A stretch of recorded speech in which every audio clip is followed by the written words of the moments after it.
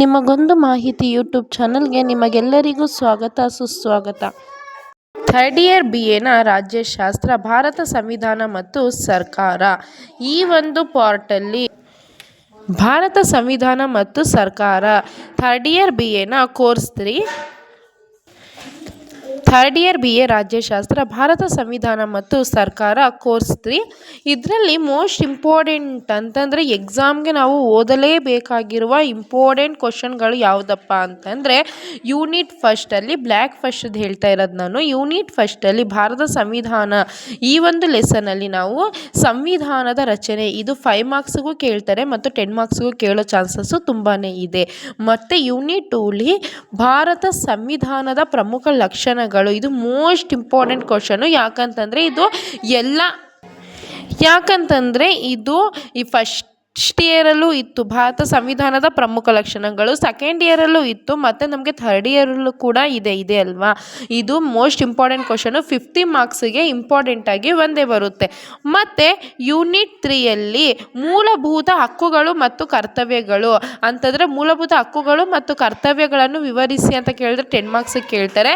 ಬರೀ ಮೂಲಭೂತ ಹಕ್ಕುಗಳನ್ನು ಬರೀರಿ ಅಂತಂದರೆ 5 ಮಾರ್ಕ್ಸಿಗೆ ಬರುತ್ತೆ, ಮೂಲಭೂತ ಕರ್ತವ್ಯಗಳು ಬರೀರಿ ಅಂತಂದರೆ 10 ಮಾರ್ಕ್ಸಿಗೆ ಇಂಪಾರ್ಟೆಂಟ್ ಆಗಿದ್ದು ಬಂದೇ ಬರುತ್ತೆ.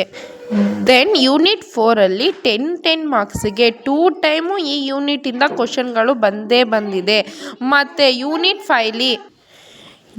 5ಲಿ ಭಾರತ ಸಂಯುಕ್ತ ವ್ಯವಸ್ಥೆ, ಇದು 15 ಮಾರ್ಕ್ಸಿಗೆ 2 ಟೈಮ್ ಕ್ವಶನ್ ಬಂದಿದೆ, ಭಾರತ ಸಂಯುಕ್ತ ವ್ಯವಸ್ಥೆ. ಮತ್ತು 6ನೇ ಯೂನಿಟಿಂದ ಮೇ ಬಿ ಯಾವ ಕ್ವಶನು ಬಂದರೂ ಬರ್ಬೋದು, ಈ ವರ್ಷ ನಾವು ನೋಡ್ಕೊಳ್ಳೇಬೇಕಾಗುತ್ತೆ. ಇದಿಷ್ಟು ಕೂಡ ಮೋಸ್ಟ್ ಇಂಪಾರ್ಟೆಂಟ್ ಆಗಿ ಬಂದಿರೋ ಯೂನಿಟ್ಸಿಂದ ಕ್ವಶನ್ಗಳು. ನಾವೀಗ ಒಂದು ಕಡೆಯಿಂದ ಯಾವ್ಯಾವ ಯೂನಿಟಿಂದ ಯಾವ್ಯಾವ್ದು ಬಂದಿದೆ ಅಂತ ನೋಡ್ಕೊಳ್ಳೋದ. ಭಾರತ ಸಂವಿಧಾನ, ಐತಿಹಾಸಿಕ ಹಿನ್ನೆಲೆ ಮತ್ತು ರಚನೆ, ಇದರಲ್ಲಿ ಇದಕ್ಕಿಂತ ನಾವು ಇಂಪಾರ್ಟೆಂಟ್ ಆಗಿ ಪೇಜ್ ನಂಬರ್ 6ಅಲ್ಲಿ ನಾವು ಇಲ್ಲಿದೆ ನೋಡಿ, ಭಾರತ ಸಂವಿಧಾನದ ರಚನೆ, ಇದು ಇಂಪಾರ್ಟೆಂಟ್ ಆಗಿ ಕೇಳಿರೋ ಕ್ವಶನು, ನಾವು ನೋಡ್ಕೊಳ್ಳೇಬೇಕಾಗಿರುತ್ತದೆ. ಭಾರತ ಸಂವಿಧಾನದ ರಚನೆ, ಇದರಲ್ಲಿ ನಾನು ಇಂಪಾರ್ಟೆನ್ಸ್ ಆಗಿರೋದಕ್ಕೆ ಅಂಡರ್ಲೈನ್ ಹಾಕಿದ್ದೀನಿ ನೋಡಿ, ಇದರಲ್ಲಿ ಈ ಪಾಯಿಂಟ್ಸು. ಮತ್ತು ಇದರಲ್ಲಿ ನೋಡೋದಾದರೆ ಇದನ್ನು ನೀವು ಲೈನ್ ಹಾಕೊಂಡು ನೀವು ಇಂಪಾರ್ಟೆನ್ಸ್ ಆಗಿ ನೋಡ್ಕೊಳ್ಳಿ. ಮತ್ತು ಇದರಲ್ಲಿ ಬಂದರೆ ನಾವು ಯಾಕಂದರೆ ತುಂಬ ಡೀಪಾಗಿ ಓದೋಕ್ಕೆ ಸಖತ್ ಕಷ್ಟ ಆಗುತ್ತೆ ಅಲ್ವಾ, ಅದರಿಂದ ಇಲ್ಲಿರೋದ್ರಿಂದ ಇಂಪಾರ್ಟೆನ್ಸ್ನ ನಾವು ಪಾಯಿಂಟ್ಸ್ನ ನಾವು ನೋಡ್ಕೊಂಡ್ರೆ ಸಾಕು.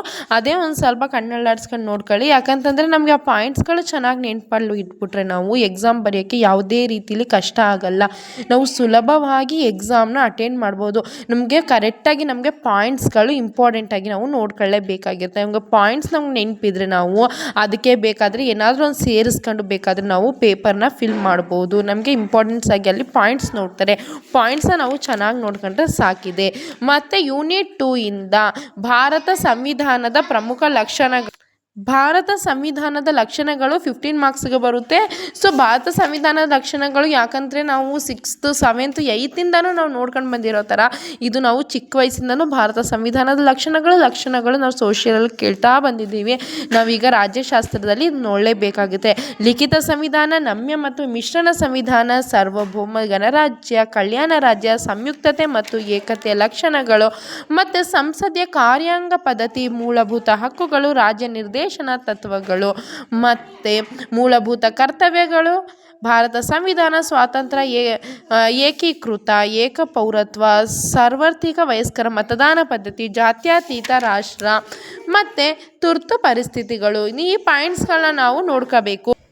ನೆಕ್ಸ್ಟ್ ಯೂನಿಟ್ ಮೂಲಭೂತ ಹಕ್ಕುಗಳು ಮತ್ತು ಕರ್ತವ್ಯಗಳು. ಮೂಲಭೂತ ಹಕ್ಕುಗಳು ಯಾವ್ಯಾವುದು ಅಂತ ನಿಮಗೂ ಗೊತ್ತಿದೆ. ಸಮಾನತೆ ಹಕ್ಕು, ಸ್ವಾತಂತ್ರ್ಯ ಹಕ್ಕು, ಶೋಷಣೆ ವಿರುದ್ಧದ ಹಕ್ಕು, ಧಾರ್ಮಿಕ ಹಕ್ಕು, ಸ್ವಾತಂತ್ರ್ಯ ಮತ್ತು ವಿದ್ಯಾಭ್ಯಾಸದ ಹಕ್ಕು, ಸಂವಿಧಾನ ಪರಿಹಾರ ಹಕ್ಕು.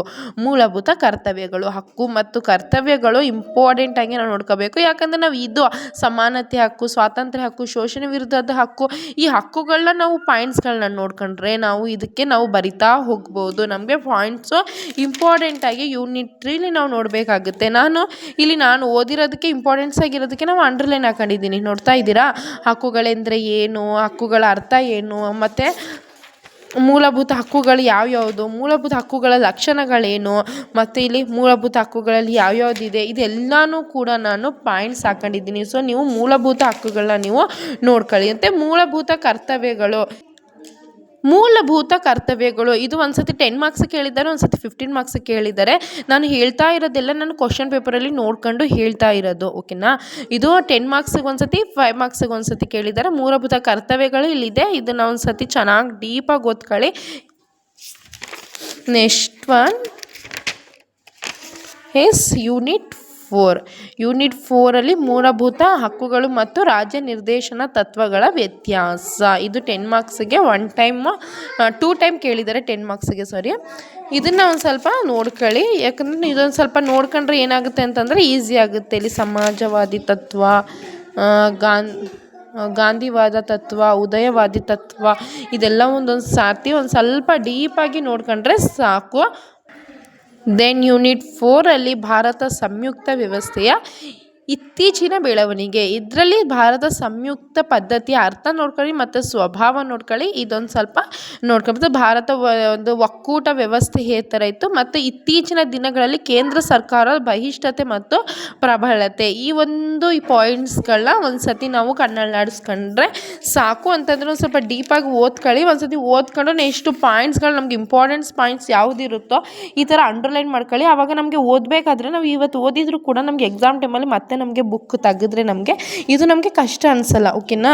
ನಾವು ಓದ್ತಾ ನಾವು ಏನು ಇಂಪಾರ್ಟೆಂಟ್ಸ್ ಆಗಿ ನಮಗೆ ಕಾಣಿಸುತ್ತೋ ಅದಕ್ಕೆ ಒಂದೊಂದು ಅಂಡರ್ಲೈನ್ ಹಾಕೊಂಡ್ರೆ ನಮಗೆ ಏನಾಗಲ್ಲ, ನಮಗೆ ಕಷ್ಟ ಅಂತ ಅನಿಸಲ್ಲ. ನಾವು ಈ ಪಾಯಿಂಟ್ಸ್ ಓದಿದ್ದೀವಿ ಅಲ್ವಾ, ಅವತ್ತು ಓದಿದ್ದು ಅನ್ನೋ ನೆನಪು ನಮ್ಮಲ್ಲಿ ಇರುತ್ತೆ. ಸೊ ನಾವು ಓದ್ತಾ ಏನು ಮಾಡಬೇಕು ಅಂತಂದರೆ ಪಾಯಿಂಟ್ಸ್ಗಳನ್ನ ನಾವು ನೆನಪಲ್ಲಿ ಇಟ್ಕೋಬೇಕು. ಮತ್ತು ನಾವು ಪಾಯಿಂಟ್ಸ್ ನೆನಪಲ್ಲಿ ಇಟ್ಕೊಂಡ್ರೆ ಸ್ಟೂಡೆಂಟ್ಸ್ ನಾವು ಯಾವುದು ಬೇಕಾದರೂ ಆರಾಮಾಗಿ ನಾವು ಬರ್ಕೊಂಡು ಹೋಗ್ಬೋದು. ನಮಗೆ ಪಾಯಿಂಟ್ಸ್ ಇಂಪಾರ್ಟೆಂಟ್ಸ್ ಆಗಿರುತ್ತೆ ಗೈಸ್. ನಾವು ಪಾಯಿಂಟ್ಸ್ನ ಚೆನ್ನಾಗಿ ನೆನ್ಪಿಟ್ಕೊಂಡು ನಾವು ಬರಿಬೇಕಾಗುತ್ತೆ, ಓಕೆ. ನಾವು ಪಾಯಿಂಟ್ಸೇ ಒಂದು ಅಂಡರ್ಲೈನ್ ಮಾಡೋದನ್ನ ಮಾತ್ರ ಮರಿಕೋಬೇಡಿ. ಯಾಕಂತಂದರೆ ಪಾಯಿಂಟ್ಸ್ ಅಂಡರ್ಲೈನಲ್ಲಿ ಇದ್ದರೆ ನಾವು ಇವತ್ತು ಓದಿರ್ತೀವಿ, ಇನ್ನು ಒಂದು ತಿಂಗಳು ಬಿಟ್ಟು ನಾವು ತೆಗೆದು ಬುಕ್ ನೋಡಿದ್ರು ಈ ಪಾಯಿಂಟ್ಸ್ ನಾವು ಓದಿದ್ದು ಅನ್ನೋ ನೆನಪಿರುತ್ತೆ. ನಾವು ಸುಮ್ಮನೆ ಓದ್ಕೊಂಡು ಹೋದ್ರೆ ನಾವು ಪಾಯಿಂಟ್ಸ್ ಹಾಕ್ದೇನೆ ನಮಗೆ ಏನು ಅನಿಸುತ್ತೆ ಅಂತಂದರೆ ಕಷ್ಟ ಅನಿಸುತ್ತೆ. ಇದಿಷ್ಟು ಬ್ಲ್ಯಾಕು ಫಸ್ಟಲ್ಲಿ ನಾವು ಯೂನಿಟ್ಸಲ್ಲಿ ನೋಡ್ಕೊಂಡ್ರೆ. ಮತ್ತು ನೆಕ್ಸ್ಟು ಯೂನಿಟ್ 6 ಏನಿದೆ ಕೇಂದ್ರ ರಾಜ್ಯಗಳ ಸಂಬಂಧದಲ್ಲಿ ಕೇಂದ್ರ ಮತ್ತು ರಾಜ್ಯದ ನಡುವಿನ ಸಂಬಂಧ ಇದೊಂದು ಇಂಪಾರ್ಟೆಂಟ್ ಇರುತ್ತೆ. ಕೇಂದ್ರ ಮತ್ತು ರಾಜ್ಯಗಳ ನಡುವಿನ ಸಂಬಂಧ ಮತ್ತು ಕೇಂದ್ರ ಮತ್ತು ರಾಜ್ಯಗಳ ನಡುವಿನ ಆಡಳಿತಾತ್ಮಕ ಸಂಬಂಧ ಮತ್ತು ಕೇಂದ್ರ ಮತ್ತು ರಾಜ್ಯಗಳ ನಡುವಿನ ಆರ್ಥಿಕ ಸಂಬಂಧ. ಈ 3 ಪಾಯಿಂಟ್ಸ್ ನಾವು ನೋಡ್ಕೊಳ್ಳೇಬೇಕಾದ್ರೆ ಇದು 3ರಲ್ಲಿ ಯಾವುದಾದ್ರೂ ಒಂದು ಇಂಪಾರ್ಟೆಂಟಾಗಿ ಕೇಳ್ತಾರೆ. 5 ಮಾರ್ಕ್ಸ್ಗೂ ಕೇಳಬಹುದು, 10 ಮಾರ್ಕ್ಸ್ಗೂ ಕೇಳಬಹುದು. ಯಾಕಂತಂದರೆ ಇದು 3ರಲ್ಲಿ ಯಾವುದಾದ್ರೂ ಒಂದು ಬಂದೇ ಬರುತ್ತೆ, ಖಂಡಿತವಾಗಿಯೂ ಬಂದೇ ಬರುತ್ತೆ. 3 ಕೂಡ ನಾವು ನೋಡ್ಕೊಳ್ಳೇಬೇಕಾಗುತ್ತೆ. ಸೊ ಅಷ್ಟೊಂದೇನು ಇದು ಕಷ್ಟಕರ ಆಗಿಲ್ಲ. ನಾವು ಓದ್ತಾ ಹೋದರೆ ನಮಗೆಲ್ಲನೂ ಕೂಡ ನಮಗೆ ಸುಲಭನೇ ಇರುತ್ತೆ. ಯಾವುದೂ ಕೂಡ ನಮಗೆ ಏನು ಕಷ್ಟ ಇಲ್ಲ. ನಾವು ಓದೋದ್ರಲ್ಲಿ ನಮಗೆ ಡಿಪೆಂಡ್ ಅಪಾನ್ ಆಗುತ್ತೆ. ನಾವು ಓದೋದ್ರಲ್ಲಿ ನಾವು ಇಂಟ್ರೆಸ್ಟಾಗಿ ಓದಿದ್ರೆ ಎಲ್ಲ ಸಬ್ಜೆಕ್ಟ್ ಕೂಡ ನಮಗೆ ಈಸಿನೇ. ಸೊ ನಾನು ಇಷ್ಟೊತ್ತು ಹೇಳಿದ್ದು ಎಲ್ಲ ಬ್ಲ್ಯಾಕ್ ಫಸ್ಟ್ ಬಗ್ಗೆ. ನಾನು ನೆಕ್ಸ್ಟ್ ಒಂದು ವಿಡಿಯೋಲಿ ನಾನು ನಿಮಗೆ ಬ್ಲ್ಯಾಕ್ ಸೆಕೆಂಡಲ್ಲಿ ಯಾವುದು ಇಂಪಾರ್ಟೆಂಟ್ ಆಗಿದೆ, ಯಾವುದು ನಾವು ಓದಲೇಬೇಕು ಅನ್ನೋದು ನಾನು ನೆಕ್ಸ್ಟ್ ನಿಮಗೆ ವಿಡಿಯೋಲಿ ನಾನು ಅಪ್ಡೇಟ್ ಮಾಡ್ತೀನಿ. ಆವಾಗ ಗಂಟ ನನ್ನ ಸಬ್ಸ್ಕ್ರೈಬ್ ಮಾಡಿ, ಲೈಕ್ ಮಾಡಿ ಮತ್ತು ಫಾಲೋ ಮಾಡಿ. ನಂದು ನೆಕ್ಸ್ಟ್ ವೀಡಿಯೋಗಾಗಿ ವೆಯ್ಟ್ ಮಾಡಿ. ನಾನು ಬ್ಲ್ಯಾಕ್ ಸೆಕೆಂಡಲ್ಲಿ ನಾನು ಡೀಪಾಗಿ ಓದ್ಬಿಟ್ಟು ನಾನು ನಿಮಗೆ ಯಾವುದು ಇಂಪಾರ್ಟೆಂಟ್ ಇದೆ ಅಂತ ನಾನು ಹೇಳ್ತೀನಿ. ಆವಾಗ ಗಂಟ ನನ್ನ ವೀಡಿಯೋಗೆ ವಾಚ್ ಮಾಡ್ತಾಯಿರಿ, ಓಕೆನಾ. Thank you so much. ಇದು ಬ್ಲ್ಯಾಕ್ ಸೆಕೆಂಡ್ ಬಗ್ಗೆ ನೆಕ್ಸ್ಟ್ ವೀಡಿಯೋಲಿ ಅಪ್ಡೇಟ್ ಮಾಡ್ತೀನಿ. ಧನ್ಯವಾದಗಳು.